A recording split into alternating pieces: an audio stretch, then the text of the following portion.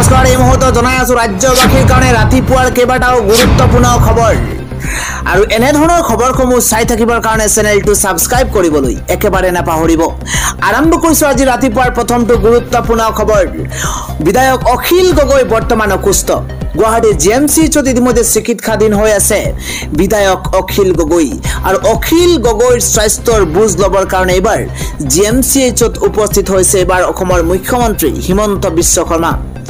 এই মুহূৰ্তত জনাই আছো এটা গুৰুত্বপূৰ্ণ খবৰ। অসুস্থ অখিল গগৈৰ কাষত থিয় হৈছে এবাৰ মুখ্যমন্ত্ৰী হিমন্ত বিশ্ব শৰ্মা। অখিল গগৈৰ কাষত মুখ্যমন্ত্ৰী গৰাকী জিএমচিত অখিল গগৈ সাক্ষাৎ কৰিছে মুখ্যমন্ত্ৰী হিমন্ত বিশ্ব শৰ্মাই। অখিল গগৈৰ স্বাস্থ্যক লৈ প্ৰতিক্ৰিয়া প্ৰকাশ কৰিছে মুখ্যমন্ত্ৰী গৰাকীয়ে কয় যে চিকিৎসকে ভালদৰে চিকিৎসা চলাই আছে অখিল গগৈক আৰু মাত্ৰ 2 দিনৰ ভিতৰতে অখিল গগৈক হাস্পতালৰ পৰা বিদায় দিব। এই মন্তব্য কৰিছে মুখ্যমন্ত্ৰী হিমন্ত বিশ্ব শৰ্মাই। বৰ্তমান জিএমচিএইচৰ বাহিৰত অখিল গগৈৰ চিকিৎসা কৰাৰ কোনো প্ৰয়োজন নাই বুলি মন্তব্য মুখ্যমন্ত্ৰী গৰাকীৰ। ৰাতিপুৱাৰ আন এক গুৰুত্বপূৰ্ণ খবৰ হৈছে এবাৰ বিজেপি চৰকাৰৰ পতন হ'ব। হাৰিয়ানাত পতন ঘটিব পাৰে বিজেপি চৰকাৰৰ। এটা গুৰুত্বপূৰ্ণ খবৰ। হাৰিয়ানা বিধানসভা নিৰ্বাচনত মুখ ঠেকাচা খাব পাৰে বিজেপিয়ে। প্ৰাক নিৰ্বাচনী সমীক্ষাত বিজেপিয়ে মুখ ঠেকাচা খোৱাৰ পূৰ্ণ সম্ভাৱনা আছে আৰু 10 বছৰৰ পিছত পুনৰ কংগ্ৰেছৰ দখল লৈ যোৱাৰ সম্ভাৱনা বিজেপি। 90খন আসন থকা হাৰিয়ানাত এইবাৰ বৃদ্ধি পাব পাৰে কংগ্ৰেছৰ আসন আৰু প্ৰাক নিৰ্বাচনী সমীক্ষাত বহু সংস্থাৰ মতে আসন বৃদ্ধি পাব এইবাৰ কংগ্ৰেছৰ। পৰৱৰ্তী গুৰুত্বপূৰ্ণ আন এটা খবৰ হৈছে ৰাজ্যত আৰম্ভ হৈছে স্মাৰ্ট মিটাৰক লৈ প্ৰতিবাদ। গাঁৱে ভূঞেৰ পৰা আৰম্ভ কৰি নগৰ চহৰত আজিলৈকে স্মাৰ্ট মিটাৰৰ প্ৰতিবাদ অব্যাহত আছে। তাৰ মাজতেই ৰাজ্যৰ এখন প্ৰান্তত এক অভিনৱ প্ৰতিবাদ হাতত লৈছে এছাম লোকে। এবাৰ ৰঙা নদীত উঠুৱাই দিয়া হৈছে স্মাৰ্ট মিটাৰ। যি স্মাৰ্ট মিটাৰক লৈ আজি ৰাজ্য উত্তাল হৈ পৰিছে আৰু সেই সময়তেই এবাৰ এক অভিনৱ পন্থাৰে অভিনৱ প্ৰতিবাদেৰে এবাৰ নদীৰ মাজতে একাটো পানীত এবাৰ প্ৰতিবাদ সাব্যস্ত কৰিছে এইসকল প্ৰতিবাদী জনতাই। আমি জনাই আছো এটা গুৰুত্বপূৰ্ণ খবৰ। ৰঙা নদীত উঠুৱাই দিয়া হৈছে স্মাৰ্ট মিটাৰ। নদীত স্মাৰ্ট মিটাৰ উঠুৱাই স্মাৰ্ট মিটাৰ বন্ধ কৰাৰ দাবী উত্থাপন কৰিছে এক অভিনৱ পন্থা হাতত লৈছে। এইবাৰ লখিমপুৰত স্মাৰ্ট মিটাৰৰ বিৰুদ্ধে আৰম্ভ হৈছে তীব্ৰ প্ৰতিবাদ। নদীৰ মাজত প্ৰতিবাদ অসমীয়া যুৱ মঞ্চৰ। এটা গুৰুত্বপূৰ্ণ খবৰ, সেই দৃশ্য দেখুৱাবৰ চেষ্টা কৰিছো আপোনালোকক। অসমীয়া যুৱ মঞ্চৰ তৰফৰ পৰা এইদৰে স্মাৰ্ট মিটাৰক লৈ তীব্ৰ প্ৰতিবাদ সাব্যস্ত কৰা হৈছে। চৰকাৰক ক্ষুদ্ৰ সমালোচনা কৰা হৈছে আৰু অতি শীঘ্ৰে স্মাৰ্ট মিটাৰ বন্ধ কৰাৰ আহ্বান জনাইছে এইসকল উত্তেজিত জনতাই। পৰৱৰ্তী ব্ৰেকিং নিউজ হৈছে এবাৰ শেহতীয়াকৈ সামাজিক মাধ্যমত এটা গানক লৈ তোলপাৰ লাগিছিল। এজন যুৱকে গান গাইছিল আৰু তাৰ পিছতে মিয়াক কেন্দ্ৰ কৰি গান গোৱা সেই গানটোৰ গোৱাৰ পিছতেই গ্ৰেপ্তাৰ কৰা হৈছিল যুৱকজনক আৰু তাৰ পিছতে যুৱকজনৰ তৰফৰ পৰা মন্তব্য কৰা হৈছে।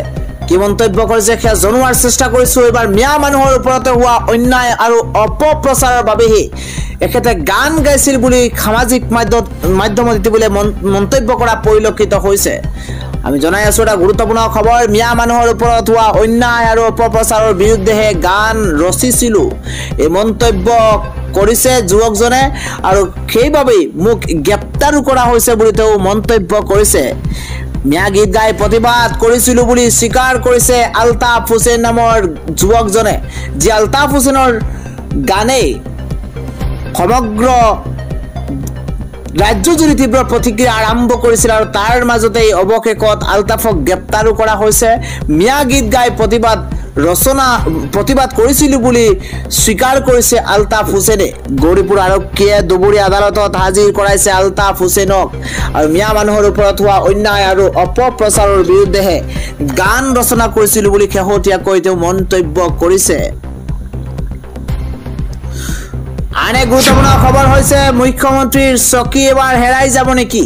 হিমন্ত বিশ্ব শৰ্মাৰ বিকল্প এবাৰ গৌৰৱ গগৈ। মুখ্যমন্ত্ৰী হিমন্ত বিশ্ব শৰ্মাৰ বিকল্প হ'ব সাংসদ গৌৰৱ গগৈ। ৰাজনৈতিক প্ৰেক্ষাপটৰ ডাঙৰ খবৰ জনোৱাৰ চেষ্টা কৰিছো। অসমৰ ৰাইজে সাংসদ গৌৰৱ গগৈক আঁকোৱালি ল'ব।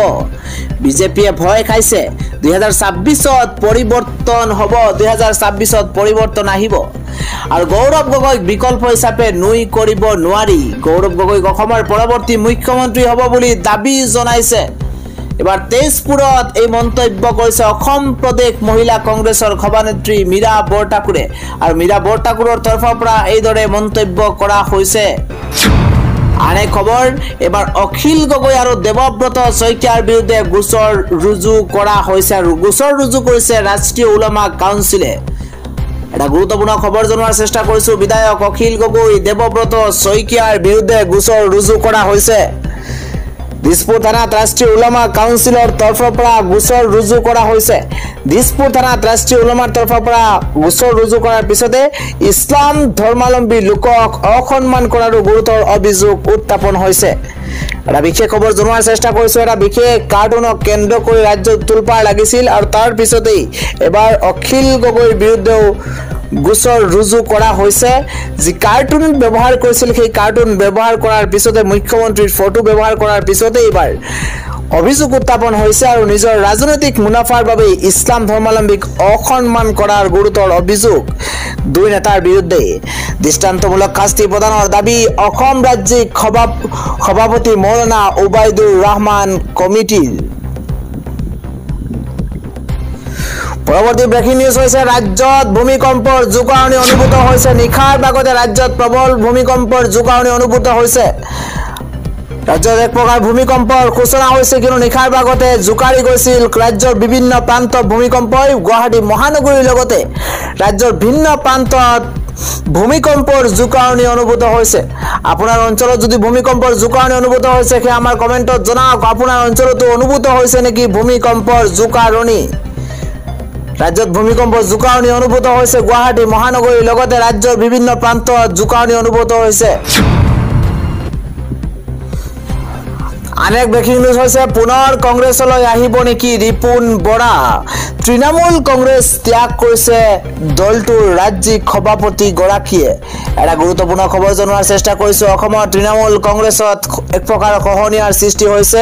ইতিমধ্যে কংগ্ৰেছ ত্যাগ কৰিছে ৰাজ্যিক সভাপতি ৰিপুণ বৰাই। ৰিপুণ বৰাৰ লগতে অসম তৃণমূল কংগ্ৰেছ ত্যাগ কৰিছে সাংগঠনিক সাধাৰণ সম্পাদক অৰূপজ্যোতি ভূঞা, লগতে প্ৰশাসনিক সাধাৰণ সম্পাদক গজেন্দ্ৰ প্ৰসাদ উপমন্যু আৰু সাধাৰণ সম্পাদক জুলফিকৰ হুছেইনে। তৃণমূল কংগ্ৰেছ দলৰ পৰা পদত্যাগ কৰাৰ পিছতে এইবাৰ প্ৰথমটো প্ৰতিক্ৰিয়া প্ৰকাশ কৰিছে ৰিপুণ বৰাই। এইবাৰ টিএমচিক অসমৰ ৰাইজে গ্ৰহণ নকৰে মন্তব্য ৰিপুণ বৰাৰ। টিএমচি বেংগলৰ এটা আঞ্চলিক দল। অসমৰ ৰাইজে বেংগলৰ দল এটা কিয় গ্ৰহণ কৰিব? এবাৰ তৃণমূল কংগ্ৰেছ দলৰ পৰা পদত্যাগ কৰাৰ পিছতে এয়া ৰিপুণ বৰাৰ তৰফৰ পৰা প্ৰথমটো প্ৰতিক্ৰিয়া প্ৰকাশ কৰা হৈছে।